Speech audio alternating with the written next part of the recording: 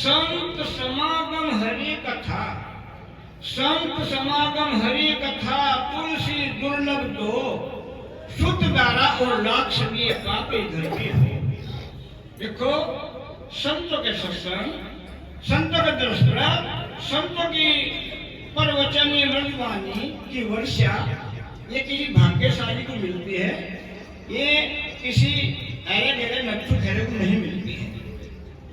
तो कहते हैं संत समागम हरि कथा, संतों का समागम हरि की कथा, संतों के दर्शन ये बहुत ही दुर्लभ है।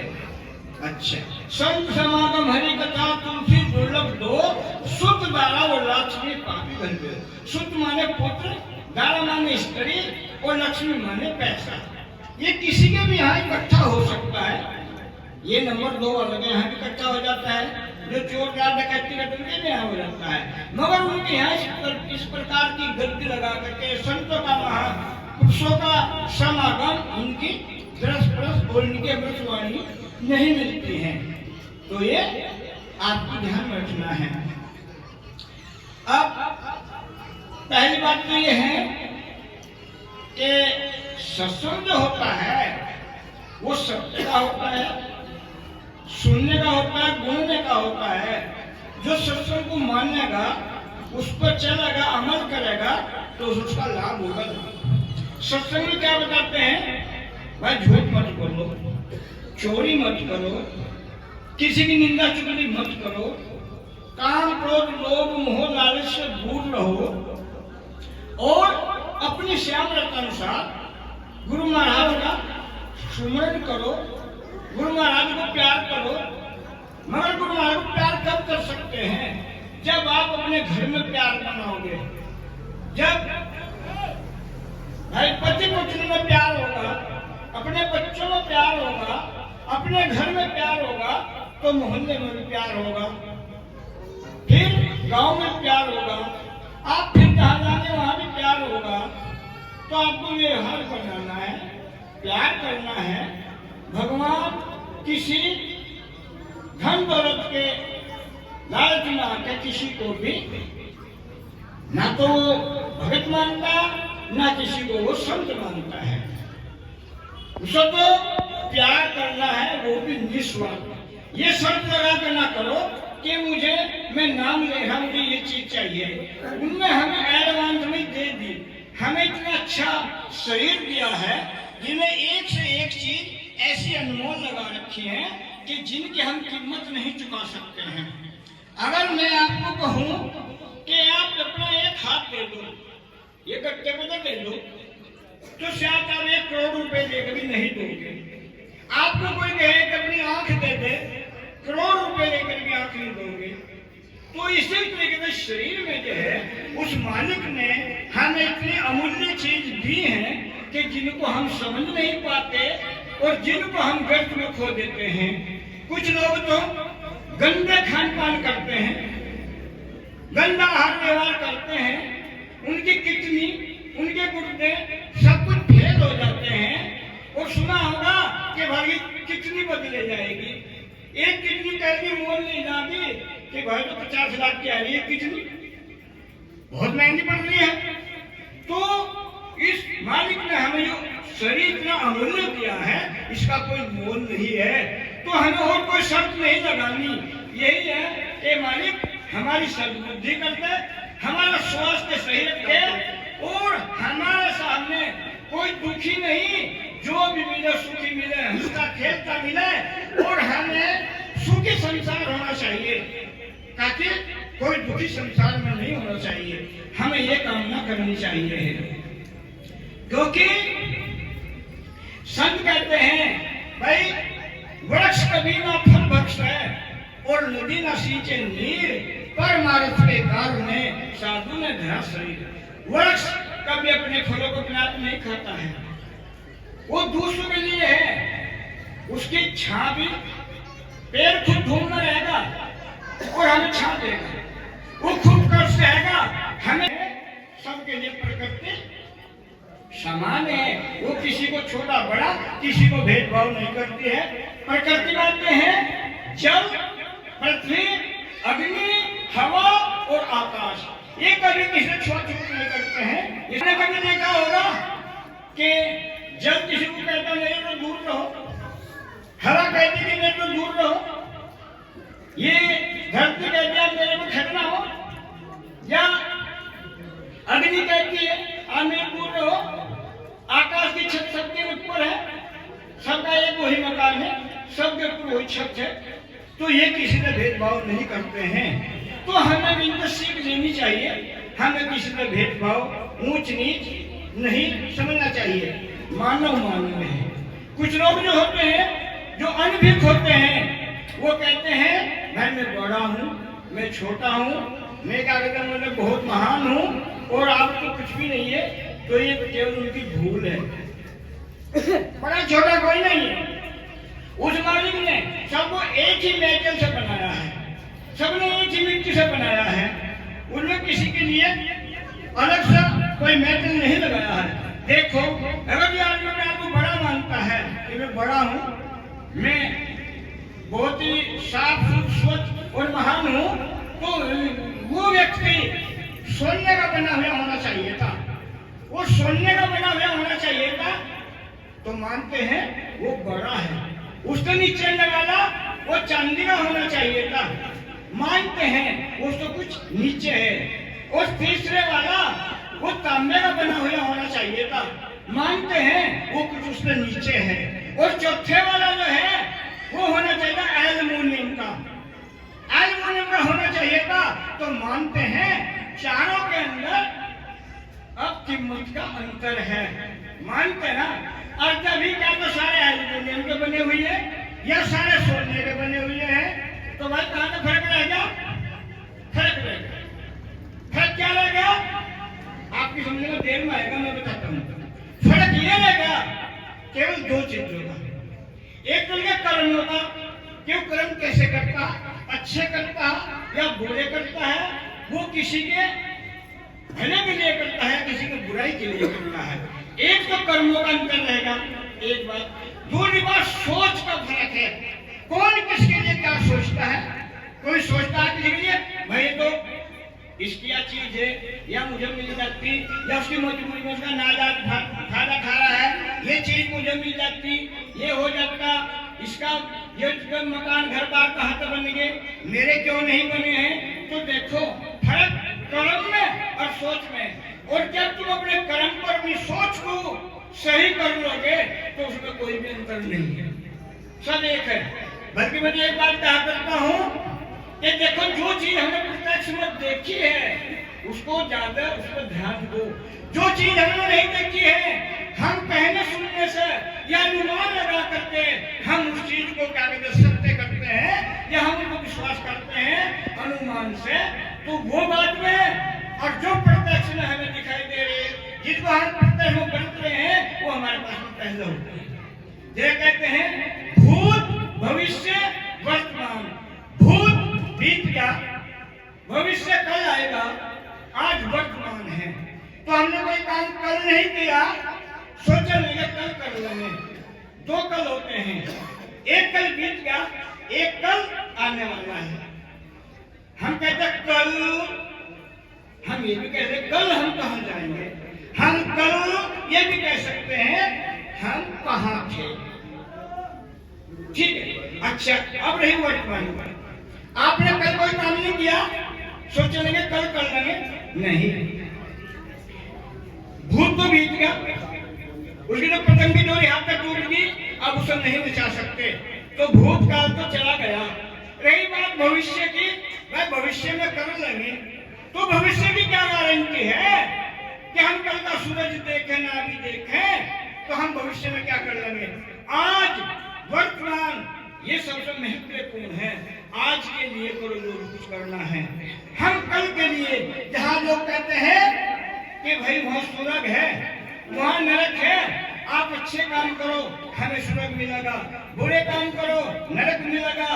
हम अच्छे काम के लिए जो है अपना धन भी, पैसा भी और अपनी सब कुछ चीज जो है उस कल के लिए लगा देते। कल का नाम होता काल, जो हमने नहीं देखा उसका होता अनुमान, और एक दूसरे की देखा देखी सुनी सुनाई बात होती है। ये लोग कहते हैं भाई स्वर्ग है, कहीं नरक है, तो हम आज बढ़िया खाना नहीं खा रहे भाई, अपना मंदिर में, मस्जिद में, गुरुद्वारे में या किसी को ये क्या करते हैं हमें कल को स्वर्ग मिलेगा, स्वर्ग मिलेगा। हमने हमारे बच्चों को पढ़ाई के लिए किताब ले गंदी भाई, बच्चों को ही बोल रहे हैं, आप बोर हो रहे हैं तो नहीं सारा करने में बैठ जाऊंगा। हम अपने बच्चों को अच्छी शिक्षा नहीं दिला सकते, अच्छी कलम काफी नहीं दिला सकते, हम अच्छी ड्रेस नहीं बना सकते, हम अच्छी शिक्षा नहीं दिला सकते हैं, और हम ये सब कुछ पैसा जो मंदिर में मूर्ति रखी है, जो ना खाती है, ना पीती है, ना भूख लगती है, ना प्यास लगती है, और न उसे दुख दर्द होता है, हम सब कुछ उसके ऊपर लुटा देते हैं। तो ये सब कुछ गलत है, ऐसा नहीं करना आप लोगों को। अगर सेवा करनी है जीत जान के करनी है, और कल के लिए नहीं, कल के लिए बाद में है, आज के लिए करना है, वर्तमान के लिए करना है। कल के लिए आज हमने रोटी खा ली, पानी पी लिया, कपड़े पहन लिए, सब कुछ कर लिया, हमारे पास में बाकी शेष बच गया, वो शेष बच गया, उसे कल के लिए छोड़ दो, उसे कल के लिए छोड़ दो।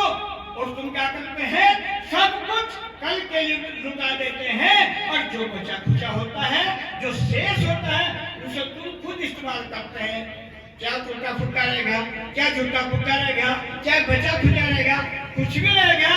बचा खुचा जैसा होता है, चल भाई जो बचा फालतू पड़ा क्या किस्सा देना।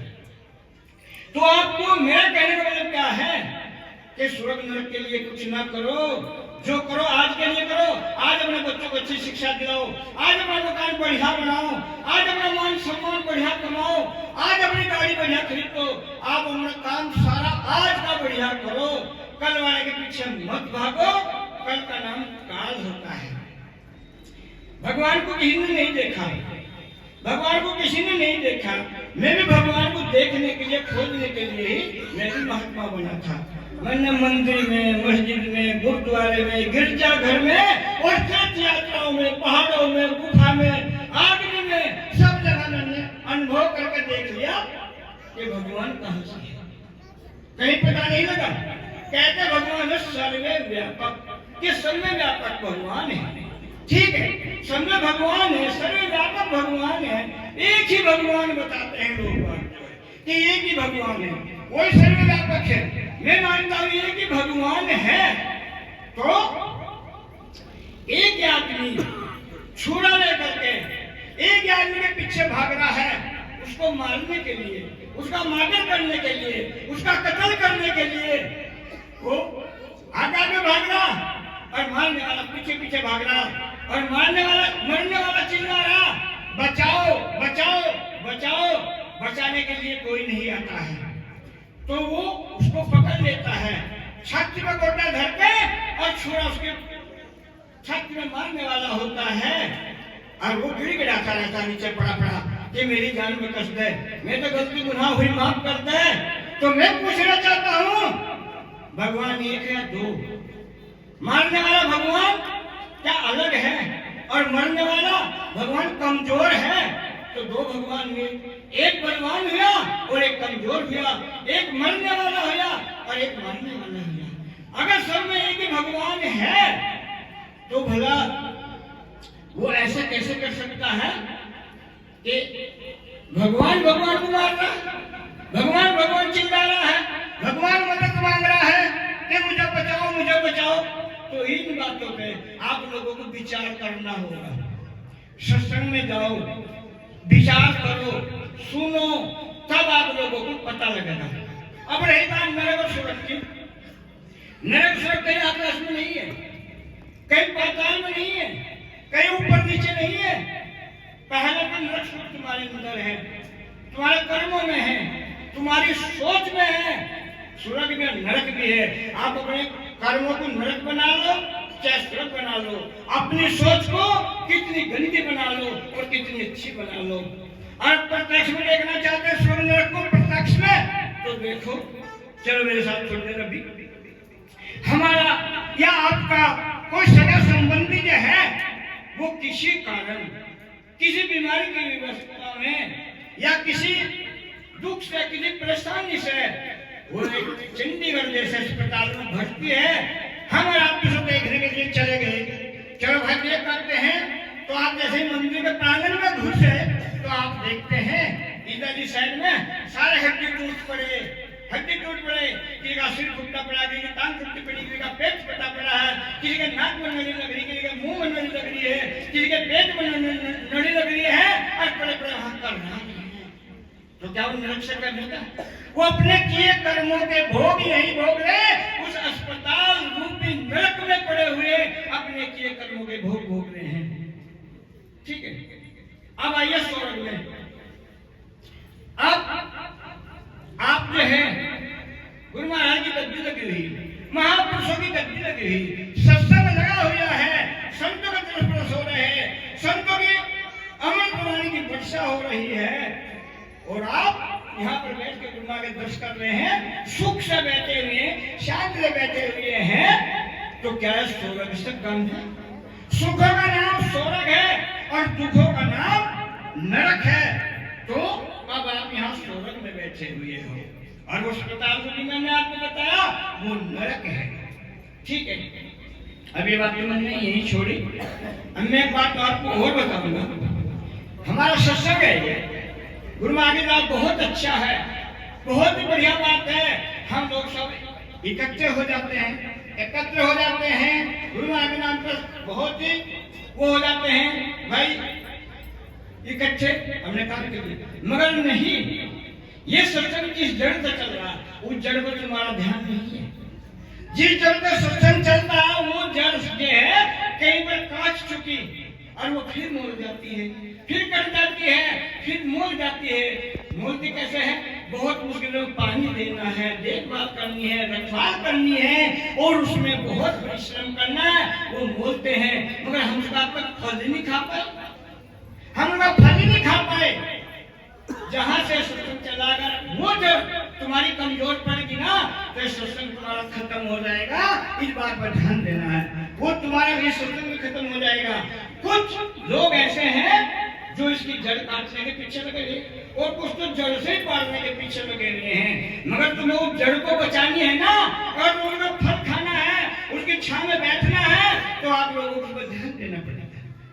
वो कौन सी है? जिस दिन हम, जबकि मैं बातें कहनी नहीं चाहता हूँ, मगर कभी कभी कहनी पड़ जाती है, क्योंकि हमारे पास में दो विकल्प होते हैं, एक लोक और एक परलोक, और एक अध्यात्मिक ज्ञान और एक राजनीतिक ज्ञान और एक विज्ञान। अच्छा, तो जिस दिन भी आप लोग, तुम्हारे गांव में प्रधानी का इलेक्शन हो रहा है, छोटा रहेगा हम लोग, मैं रोकने वाला नहीं, थोड़ा बहुत अच्छे बैठे, थोड़ा मैं रोकने वाला हूँ, कोई बात नहीं, बोर ना होना। आपका सत्संग होने वाला आपके गांव में, मतलब ये प्रधानी का इलेक्शन है, और सीट आगे 80 की सीट आगे चमारों की। तो दूसरे लोगों ने निगाह दिखाई, भाई वो चमार प्रधान बन जाएगा, क्या करेंगे? तो ध्यान आया, अरे यार तुमने एक बार पहाड़ों से चमारी से रात रखी कोई? हाँ भाई है, वो चमारी उठाकर खड़ी कर दे। वह कहेगा कि मैं नहीं खड़ी होने की, मैं कुछ भी जानते नहीं, बड़ो गुंडा। अरे तो तू चिंता कर रही है, पैसे पर हम बनवाओगे और हम सारे पैर बताते रहेंगे। अब उन्होंने उधर खड़ी कर दी, उधर खड़ी करने के बावजूद अब उसको प्रधानी बना दी। क्यों? ये 20 जने झंडा उठा के खड़े हो गए। अब इन्हें कहो भाई तू बैठ जा, अब ले मैं तो प्रधान ही बनूंगा, मुझे बैठेंगे कोई दे। अच्छा, वो सबके सब 10 के 10 नहीं कहेंगे, प्रधान को मैं ही बनूंगा, कोई बात नहीं। अब आ बेचारी भंगन होगी, ये सारे लेके देखते, तुम क्यों नहीं बनते भाई? फिर जब तू प्रधान बनने लग रहा था, तू बैठा नहीं है, तो क्यों नहीं बनता तू? या नाक कटवा लगा, ऐसा क्यों नहीं करते हो तुम? ये तुम्हारी सोच। अब ऊपर देखो, जब तुम्हारे हक बचाने के लिए, कोई तुम्हारी लड़ाई लड़ने के लिए, जब तुम्हारा वहां की कोई कैंडिडेट, तुम्हारा एमपी, तुम्हारा एमएलए, तुम्हारा विधायक, तुम्हारा कोई भी वहां नहीं होगा, तो तुम्हारी लड़ाई कौन लड़ेगा? वो घर है मेरा, वो घर है कि जो घर में जाकर के लड़ाई लड़ेगा, अपने हकों को बचाएगा। सबके हक उस पार्लियामेंट में रखे हुए हैं या विधानसभा में रखे हुए हैं, और वहां तुम्हारा एक भी कैंडिडेट नहीं है, तो तुम्हारे हक कौन बचाएगा? जब वो नहीं बचेंगे, धीरे धीरे तुम्हारा क्षण भी, तुम्हारा सब कुछ भी खत्म करते जा रहे हैं, तो तुम्हारा सिस्टम भी कहां तक रह जाएगा। तो आपको जड़ समझनी पड़ेगी। और तुम एक बीड़ी पर, एक सिगरेट पर, एक दारू के कप पर, एक छोटी जलाली हड्डी पर तुम बिक जाते हो, 5 रुपए में बिक जाते हो, बीड़ी के बंडल में बिक जाते हो, और अपने अमूल्य वोट को सही जगह ना दे करके आप गलत जगह दे देते हो। तो ये तुम्हारी बहुत बड़ी गलती और भूल है। तो इन बातों को तुम्हें समझना पड़ेगा, नहीं तो बाबा साहब के पहले तुम्हारे तन पे कपड़ा भी नहीं था। ऐसा बोलने वाला जो होता ना, उसकी जीभ काट ली जाती थी। ऐसे सुनने वालों के कान में सीता पिघा के डाल दिया जाता था। तुम्हारे लिए कोई कपड़ा नहीं था, स्वच्छ पानी पीने के लिए नहीं था। स्वच्छ पानी पीने के लिए बाबा साहब ने 14 साल मुकदमा लड़ा बॉम्बे के अदालत में, और जब जाके तुम्हें पानी पिलाने का हक दिलाया। जब 14 साल में बाबा साहब ने सत्याग्रह किया था ना, तो 70 घाव बाबा साहब के लगे थे, और जो व्यक्ति ने सब घायल करते थे, मारपीट हुई थी। उसके बाद में मुकदमा चला 14 साल, और जब पानी बाबा साहब जीत गए थे, जब पानी पीने का तुम्हें अधिकार मिला है, और तुम पानी की भी अहमियत कुछ नहीं समझते। ये पानी में तुम्हें हर चीज बलिदान देकर के मिला हुआ है, शहादत देकर के मिला हुआ है, और आप लोग अपने घर में बैठे रहते हो और कुछ पता ही नहीं है। तो मेरा कहने का मतलब ये है, अगर तुम सक्षम हो, तुम्हारा समाज सक्षम है, तुम्हारे बच्चे पढ़ लिख गए, भाई गेम बन रहे, IAS बन रहे, BCS बनने हैं, और ये कागज तुमने अब पर कागज कोई वो कर क्या है, अपनी जड़ मजबूत तो तुम्हारी भी जड़ मजबूत। आदमी ऊपर से खोखली होगी तो तुम्हारी भी खोखली होगी। तो मैं यही कहूंगा बस कि थोड़ा कहना और ज्यादा समझना, मेरी बातों पर ध्यान देना है। कहने को मैं बहुत बातें सुना सकता था, मगर मुझे सुनाने में थोड़ी दिक्कत भी हो रही है।